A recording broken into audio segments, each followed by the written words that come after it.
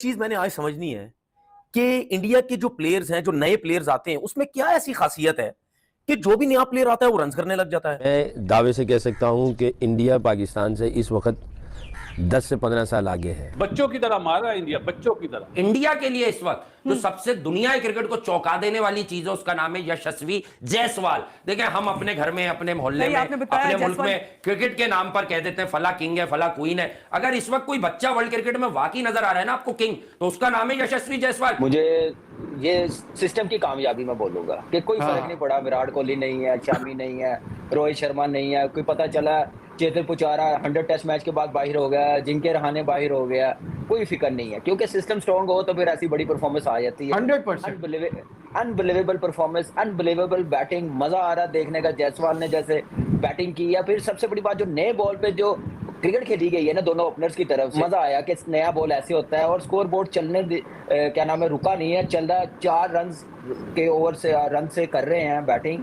तो मैं कहता हूं कि मैं इसलिए कहता हूं कि ये टेस्ट क्रिकेट यार प्लेयर बनाती है, सिखाती है बहुत कुछ, तो प्लेयरों को देखना चाहिए। का मतलब ये है कि उसको कॉन्फिडेंस है। अब जैसे वो खेल रहा है, मुझे तो पाकिस्तान के बहुत कम प्लेयर ऐसे नजर आते हैं। अगर मैं अब्दुल्ला शफीक की भी बात करता हूं, वो भी इस तरीके से क्रिकेट नहीं खेलता, वो भी पूरा टाइम लेता है। कि अब जैसे जायसवाल है, ठीक है, फर्क है, लेकिन बात यह है कि वो मिक्स करके चल रहे हैं हर चीज को। वो टेस्ट क्रिकेट भी खेल रहे हैं और आजकल की क्रिकेट की जो रिक्वायरमेंट है वो उस हिसाब से भी जो है वो खेल रहे हैं।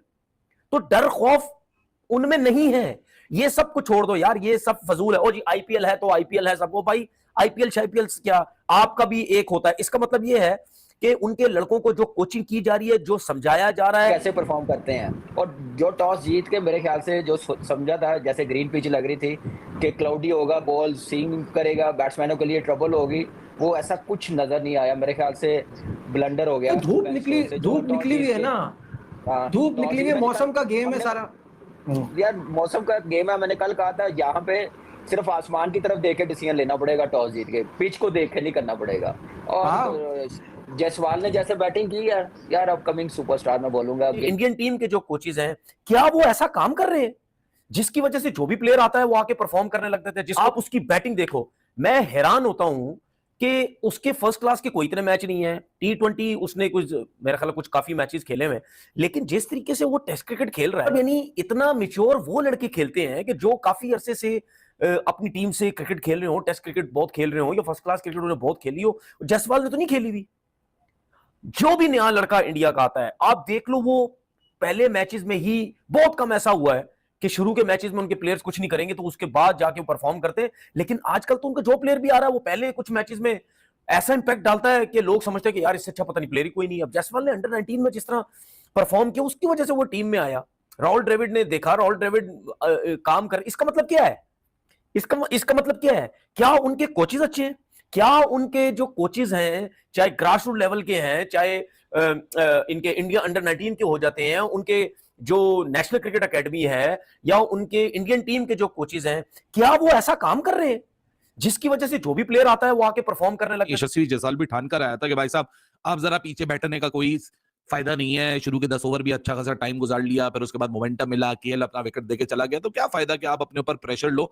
बस आपने अच्छी बॉल को रिस्पेक्ट देनी है, ओपोनेंट को रिस्पेक्ट देनी है और अपने ऊपर सेल्फ कॉन्फिडेंस रखना है कि भाई साहब मैं इन कंडीशंस में एक शहनशाह किस्म का बैटर हूं और मैं एक ऐसा बैटर हूं जिसने इंग्लैंड के खिलाफ 2-2 दफा डबल सेंचुरी लगाई हुई है घर के ऊपर, 6 टेस्ट सेंचुरीज ऑलरेडी स्कोर की हुई है। सो भाई मेरा जो मुकाबला है वो वेस्ट इंडीज बॉलिंग लाइनअप के सामने काफी ज्यादा सुपीरियर है, तो मैं उसी तरीके से आऊंगा। सो यशस्वी जायसवाल उसी तरीके से आया और मेरे ख्याल से it is a testament once again कि why he is so good in test cricket when it comes to batting and he's not only about putting the runs। मतलब ये होता है ना कि कुछ बल्लेबाज सिर्फ रन्स बनाते हैं, कुछ बल्लेबाज सॉलिड टेक्निक दिखाते हैं, फिर फेयरलेस टेम्परामेंट रखते हैं, स्ट्रॉन्ग मेंटल गेम भी होता है, वो एक्सीलेंट अगेंस्ट स्पिन भी होते हैं, एक्सीलेंट अगेंस्ट पेस भी होते हैं, फिटनेस और फोकस होता है और एक लर्निंग माइंडसेट होता है। ये सब कुछ एक कंपोजर मिलकर यशस्वी जायसवाल आपके सामने बनता है। मैं तो कह के थक चुका हूं, लोग मुझसे बार बार पूछते हैं इस बल्लेबाज को इससे कंपेयर करें। यशस्वी वर्सेस गिल की बड़ी बात मुझसे पूछी जाती है, मैं बार बार बोलता हूं मुझे दूसरों का नहीं पता, मैं अपने आप को यहां सामने रख के बता सकता हूं कि for me Yashasvi Jaiswal operates at an entirely different horizon. ये भाई साहब जनरेशनल प्लेयर सिर्फ ऐसे ही नहीं कहा जाता, जिंदगी रही तो 2-4 साल बाद अब देख लीजिएगा कि यशस्वी जायसवाल किस पोडियम पे बैठा होगा। जिस फॉर्मेट में भी चांस मिल रहा है, जगह मिल रही है, परफॉर्मेंस आनी चाहिए। ऐसा नहीं कि टी20 में उसकी परफॉर्मेंस बुरी थी, that's why he is not there. 165 का स्ट्राइक रेट आपको दुनिया की बाकी किसी टीम में कोई ऐसा ओपनर नहीं मिलेगा कि जिसके 165 का स्ट्राइक रेट है वो टीम में नहीं है। 165 का स्ट्राइक रेट अनबिलीवेबल होता है, अनबिलीवेबल। तो उसका 165 का स्ट्राइक रेट है, वो फिर भी खैर टीम से बाहर है। खैर उसकी वजह कुछ और है कि जिसको डाला है उसका 200 का स्ट्राइक रेट है। लेकिन वैसे एक बंदे की मैं ये बात नहीं कर रहा कि वो टी20 में क्यों है क्यों नहीं है, मैं वैसे बात कर रहा हूँ कि इस बंदे का जो इम्पैक्ट है, जो बात है, जो उसमें एक खास किस्म का टैलेंट है, तो ही इज अमेजिंग। दुनिया के किसी और टीम में होता तो 165 के स्ट्राइक रेट से तो कोई सोच भी नहीं सकता बाहर करने का। लेकिन बहरहाल अब इंडिया के पास 200 के स्ट्राइक रेट वाला था, दैट्स व्हाई उसको चांस नहीं मिला। लेकिन बाकी जो फॉर्मेट है उसमें जायसवाल ऑस्ट्रेलिया गया, वहां पे जाके शाइन किया, फिर इंग्लैंड आया, पहली बारी में ही 100 किया, फिर एंड पे भी अच्छे। नमस्कार दोस्तों, जय हिंद। दोस्तों आज भारत और वेस्ट इंडीज़ के बीच जो दूसरा टेस्ट मैच खेला गया उसका पहला दिन था और पहले दिन भारत ने बहुत ही अच्छी शुरुआत की, बहुत शानदार शुरुआत थी। इट वाज ट्रेमेंडस एंड जो स्टार्ट हमें मिला जायसवाल और केएल राहुल द्वारा, हालांकि वो स्टार्ट बहुत देर तक कंटिन्यू नहीं रह पाया और केएल राहुल ने जल्दी ही अपना विकेट खो दिया था। बट उसके बाद साई सुदर्शन ने जायसवाल के साथ मिलकर जिस तरह से पारी को संभाला, it was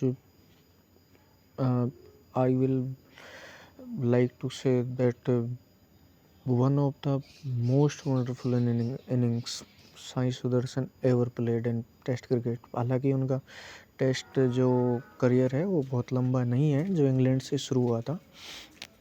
and now he is getting his rhythm properly and let's wait कि आगे वो क्या करते हैं। बट जायसवाल ने बहुत ही शानदार शतक लगाया और अच्छी बात ये रही कि वो शतक के बाद रिलैक्स नहीं हुए, ना ही वो शतक के बाद रिलैक्स हुए, बल्कि उन्होंने आगे अपनी पारी को जारी रखा। फिर हालांकि और साई सुदर्शन जो थे वो थोड़े अनलकी रहे इस मामले में और वो 87 पर उन्होंने अपना विकेट जो है वो गंवा दिया।